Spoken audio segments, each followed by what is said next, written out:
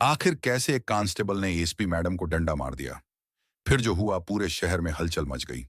जिले में नई एसपी रुचिका शर्मा की नियुक्ति हुई थी। तेज, निडर और न्याय के लिए किसी भी हद तक जाने वाली अफसर। तभी खबर आती है कि एक गांव में थाने के सामने महिलाएं धरने पर बैठी हैं। आरोप है कि गांव के 4 बदमाश खुलेआम गुंडागर्दी कर रहे हैं, महिलाओं से बदतमीजी करते हैं। लेकिन पुलिस आंख मूंदे बैठी है। शिकायतों के बावजूद कोई गिरफ्तारी नहीं। एएसपी रुचिका बिना किसी को बताए सादे कपड़ों में गांव पहुंचती है। चुपचाप धरने पर बैठी महिलाओं के बीच बैठती हैं। किसी को नहीं पता कि उनके साथ बैठने वाली महिला जिले की सबसे बड़ी अफसर है। एक बूढ़ी महिला फूट फूट कर कहती है, बेटी अब तो डर लगता है। अपनी ही बेटियों को घर से बाहर भेजने में पुलिस कहती है, सबूत लाओ, और वह गुंडे खुलेआम हमारी बेटियों को घूरते हैं, छेड़ते हैं। हमारी चीखों की भी कीमत लग गई है। अब एएसपी रुचिका शांत होती है, लेकिन उसकी आंखें लाल हो जाती हैं। वह कहती है, पुलिस भला उन्हें कैसे गिरफ्तार कर सकती है? जब खुद पुलिस उनके पैसों से बिक चुकी हो, तभी थाने से पुलिस टीम बाहर निकलती है। साथ में वही 4 बदमाश भी, मुस्कुराते हुए ऐसे जैसे उन्हें किसी चीज का डर ही ना हो। इंस्पेक्टर चिल्लाता है, चलो भागो यहां से। गैर कानूनी भीड़ इकट्ठा की है तुम लोगों ने। कांस्टेबल लाठी उठाता है और भीड़ की तरफ बढ़ता है। महिलाओं को धकेला जाने लगा।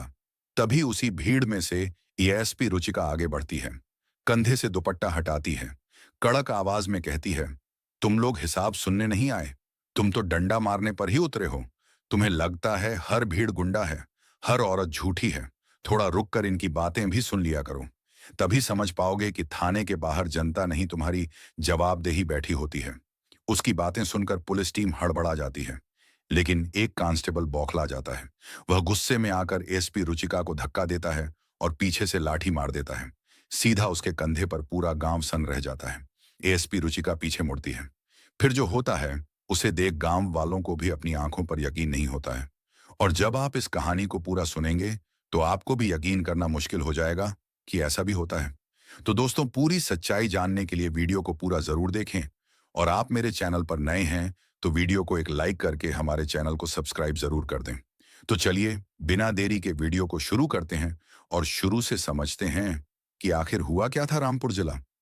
नाम के लिए ही राम कापुर था। असल में यहाँ कानून का नहीं, बल्कि ताकत का राज चलता था।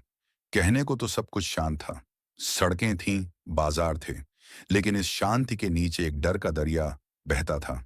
इसी रामपुर जिले में एक नई एसपी की पोस्टिंग हुई, रुचिका शर्मा। नाम जितना साधारण था, काम उतना ही असाधारण। पुलिस डिपार्टमेंट में उसके नाम की दहशत थी। अपराधियों के लिए वह यमराज थी, और अपने जूनियर्स के लिए एक सख्त लेकिन ईमानदार टीचर। उसकी उम्र ज्यादा नहीं थी, शायद 30 से 32 साल।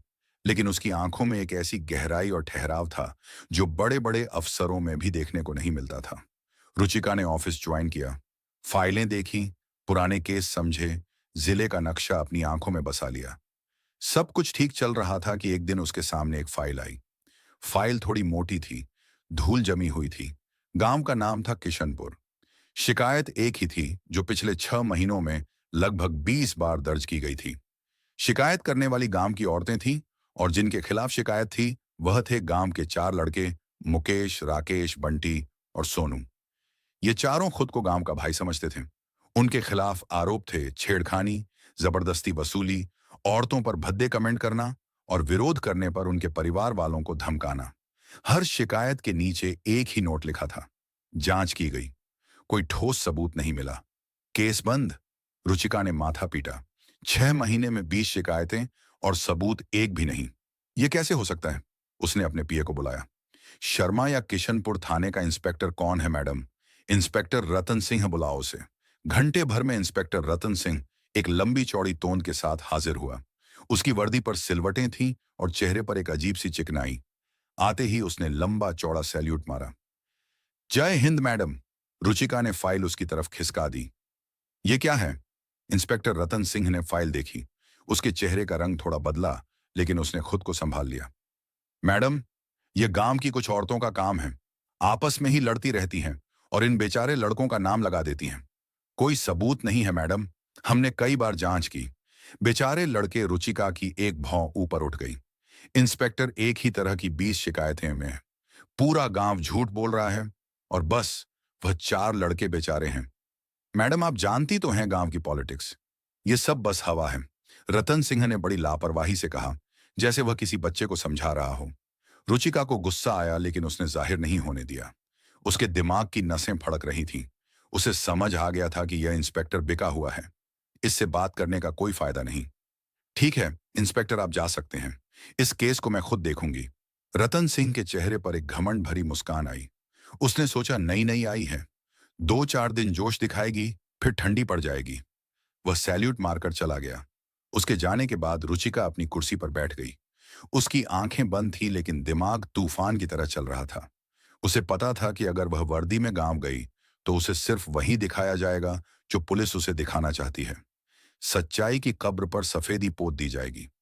नहीं, उसे सच्चाई अपनी आंखों से देखनी थी, पीड़ितों के मुंह से सुननी थी। उसने एक फैसला किया, एक ऐसा फैसला जो खतरनाक था लेकिन जरूरी था। उसने अपनी अलमारी से एक पुरानी साधारण सी सूती साड़ी निकाली जिसे वह कभी नहीं पहनती थी। उसने अपने सर्विस रिवॉल्वर को लॉकर में बंद किया और अपने ड्राइवर को छुट्टी दे दी। आज एसपी रुचिका शर्मा रामपुर की गलियों में नहीं, बल्कि किशनपुर की धूल भरी सड़कों पर एक आमोर्त बनकर उतरेगी। अगली सुबह जब सूरज अभी ठीक से निकला भी नहीं था, एक पुरानी खटारा बस किशनपुर के बस स्टॉप पर रुकी। उसमें से कुछ औरतें उतरी, कुछ किसान उतरे और उन्हीं के साथ एक साधारण सी दिखने वाली महिला भी उतरी। सूती साड़ी, पैरों में हवाई चप्पल, चेहरे पर थोड़ी घबराहट और आंखों में एक अनजानी सी खोज। यह रुचिका शर्मा थी। उसने गांव में कदम रखा। सुबह का वक्त था। औरतें अपने अपने घरों के बाहर काम कर रही थीं। बच्चे खेल रहे थे। माहौल शांत था, लेकिन इस शांति में एक अजीब सा डर घुला हुआ था।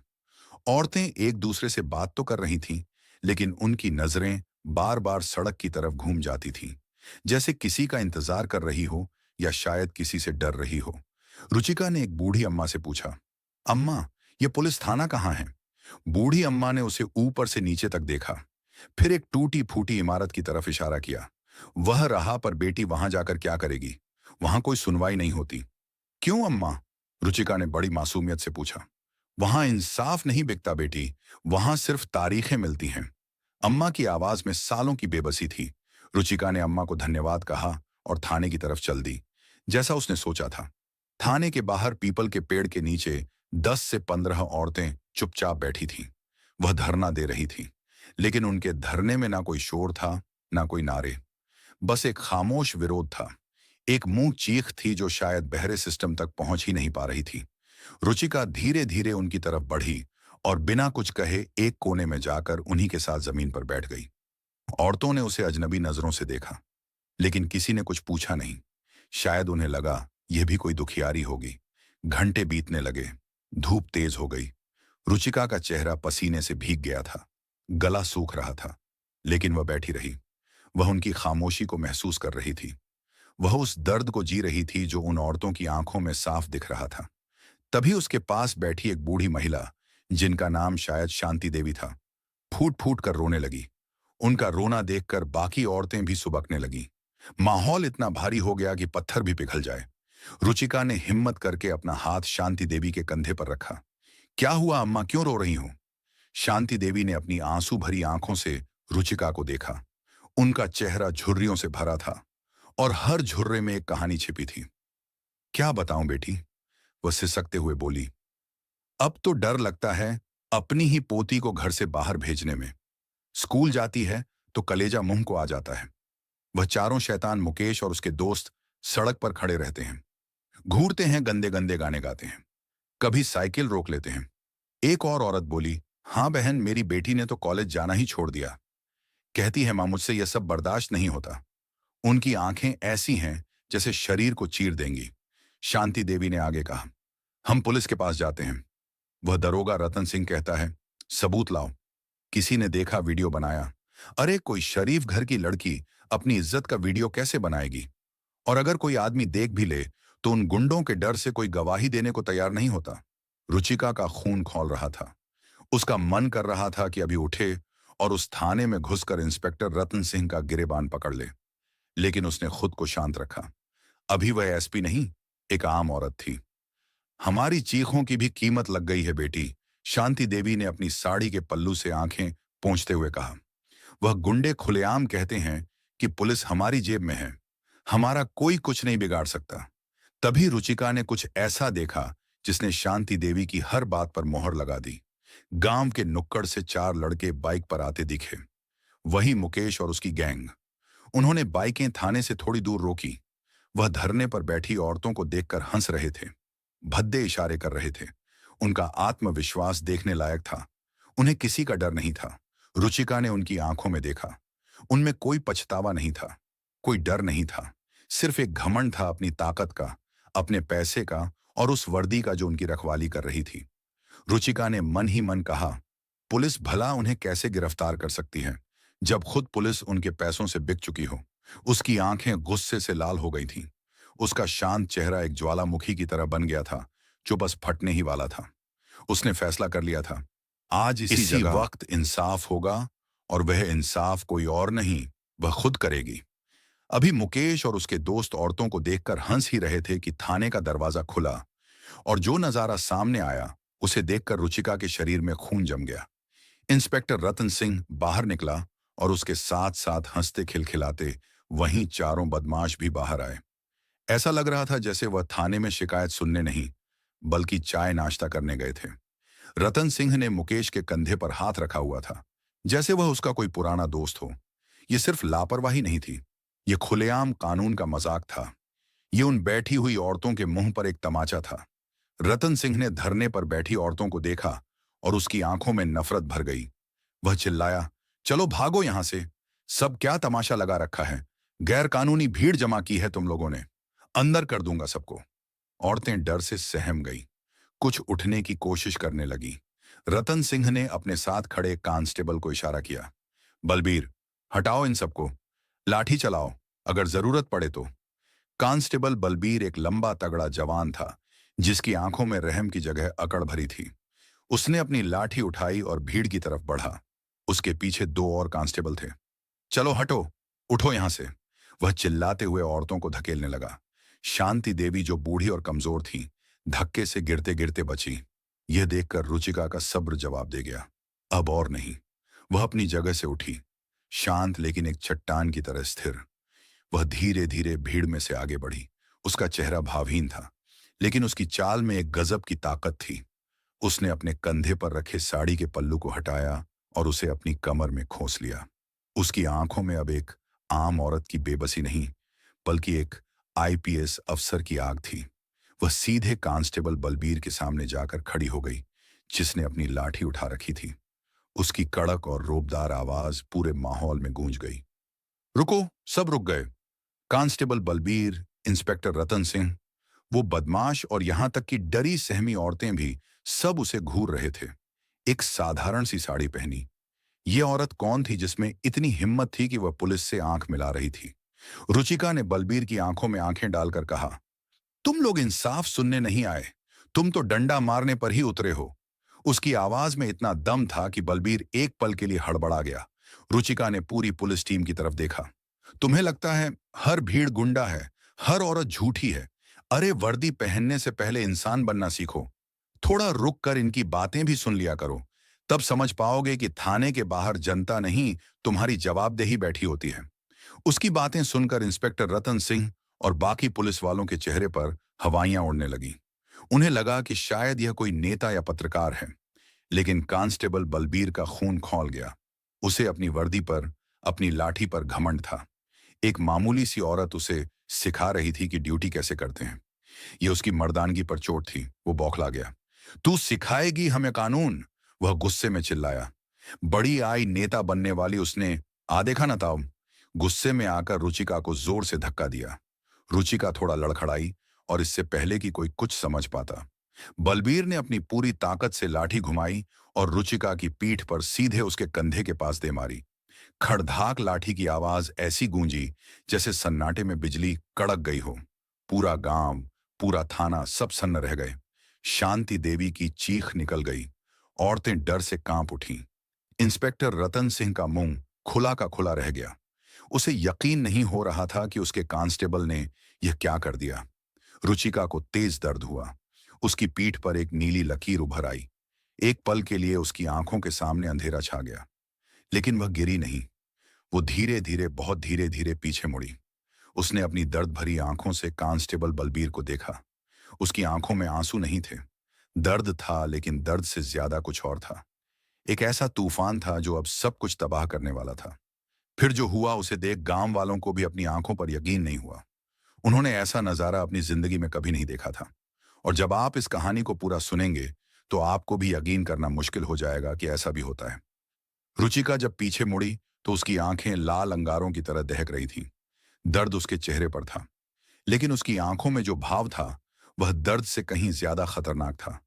वह अपमान का, टूटे हुए विश्वास का और एक ज्वालामुखी की तरह फूट पड़ने वाले गुस्से का भाव था। कांस्टेबल बलबीर, जो एक पल पहले तक गुस्से में कांप रहा था, अब रुचिका की आंखों में देखकर डर से कांपने लगा। उसे लगा जैसे उसने किसी औरत को नहीं, बल्कि साक्षात मौत को लाठी मार दी है। रुचिका ने एक भी शब्द नहीं कहा। उसने बस अपना दाहिना हाथ उठाया और अपनी साड़ी की आस्तीन को थोड़ा ऊपर किया। उसकी कलाई पर कोई चूड़ी नहीं थी, बल्कि एक घड़ी थी, एक स्टैंडर्ड पुलिस इशू घड़ी। फिर उसने अपनी जेब से एक छोटा सा कार्ड निकाला। उसने वह कार्ड बलबीर की आंखों के सामने कर दिया। उस पर अशोक स्तंभ बना था और लिखा था, रुचिका शर्मा, आईपीएस पुलिस अधीक्षक, एसपीठ जिला रामपुर। जैसे ही बलबीर ने वो कार्ड देखा, उसके पैरों के नीचे से जमीन खिसक गई। उसकी आंखों के सामने मौत नाचने लगी। उसके हाथ से लाठी छूटकर जमीन पर गिर पड़ी। उसके पूरे शरीर से पसीना ऐसे छूटने लगा जैसे वो किसी भट्टी के सामने खड़ा हो। मैं मैडम, उसकी जुबान लड़खड़ा गई। अब तक इंस्पेक्टर रतन सिंह भी दौड़ता हुआ आया। उसने कार्ड देखा और उसका हाल बलबीर से भी बुरा हो गया। उसकी तोंद, जो हमेशा अकड़ कर आगे रहती थी, आज डर के मारे अंदर ढंस गई। मैडम, मैडम आप हैं भगवान, ये क्या हो गया? वो गिड़गिड़ाने लगा। मुकेश और उसके दोस्त, जो अब तक मुस्कुरा रहे थे, उनके चेहरे का रंग सफेद पड़ गया। उन्हें समझ आ गया कि आज उनका आखिरी दिन है। वो धीरे धीरे पीछे खिसकने लगे। पकड़ो इन चारों को। रुचिका की आवाज अब धीरे नहीं थी। वह एक शेरनी की तरह दहाड़ी थी। जो कांस्टेबल अभी तक डंडे चला रहे थे, अब एसपी का ऑर्डर सुनकर कांप गए। उन्होंने फौरन उन चारों बदमाशों को पकड़ लिया जो भागने की फिराक में थे। अब रुचिका कांस्टेबल बलबीर की तरफ घूमी। वो उसके बिल्कुल करीब आ गई। कांस्टेबल, नाम क्या है तुम्हारा? उसकी आवाज ठंडी थी, बर्फ की तरह। बे बलबीर सिंह है मैडम। कांस्टेबल बलबीर सिंह, रुचिका ने दोहराया। तुमने आज एक औरत पर हाथ नहीं उठाया, तुमने इस वर्दी पर हाथ उठाया है। तुमने उस हर इंसान के भरोसे पर लाठी मारी है जो मदद के लिए पुलिस के पास आता है। तुमने मुझे नहीं, इस पूरे डिपार्टमेंट को शर्मिंदा किया है। बलबीर थप से रुचिका के पैरों में गिर पड़ा। माफ कर दो मैडम, गलती हो गई। मेरे बच्चे हैं मैडम। जब तुम इन औरतों को धकेल रहे थे, तब तुम्हें इनके बच्चे याद नहीं आए? रुचिका की आवाज में कोई दया नहीं थी। जब तुम अपनी लाठी का जोर एक निहती पर दिखा रहे थे, तब अपनी ड्यूटी याद नहीं आई? उसने दूसरे कांस्टेबल को आदेश दिया, इसकी वर्दी उतरवाओ। अभी इसी वक्त कांस्टेबलों ने कांपते हाथों से बलबीर की बेल्ट, उसकी टोपी और उसकी शर्ट उतरवानी शुरू कर दी। बलबीर रोता रहा, गिड़गिड़ाता रहा, लेकिन रुचिका टस से मस नहीं हुई। चंद मिनटों में एक अकड़ कर चलता हुआ कांस्टेबल सिर्फ अपनी बनियान और पट में जमीन पर पड़ा हुआ एक दयनीय इंसान बनकर रह गया था। अब बारी थी इंस्पेक्टर रतन सिंह की। इंस्पेक्टर रुचिका उसकी तरफ मुड़ी। सबूत चाहिए था ना तुम्हें? यह पूरा गांव सबूत है। इन औरतों की आंखें सबूत है। मेरी पीठ पर पड़ा यह नील का निशान सबूत है। और सबसे बड़ा सबूत तुम्हारा जमीर है, जो तुम कब का बेच खाए हो। Suspend, you are suspended right now. तुम्हारे खिलाफ डिपार्टमेंट इंक्वायरी होगी और मैं पर्सनली देखूंगी कि तुम जैसे लोग दोबारा ये वर्दी पहनने के लायक ना रहो। रतन सिंह भी रोने, गिड़गिड़ाने लगा, लेकिन रुचिका ने उसकी तरफ देखा तक नहीं।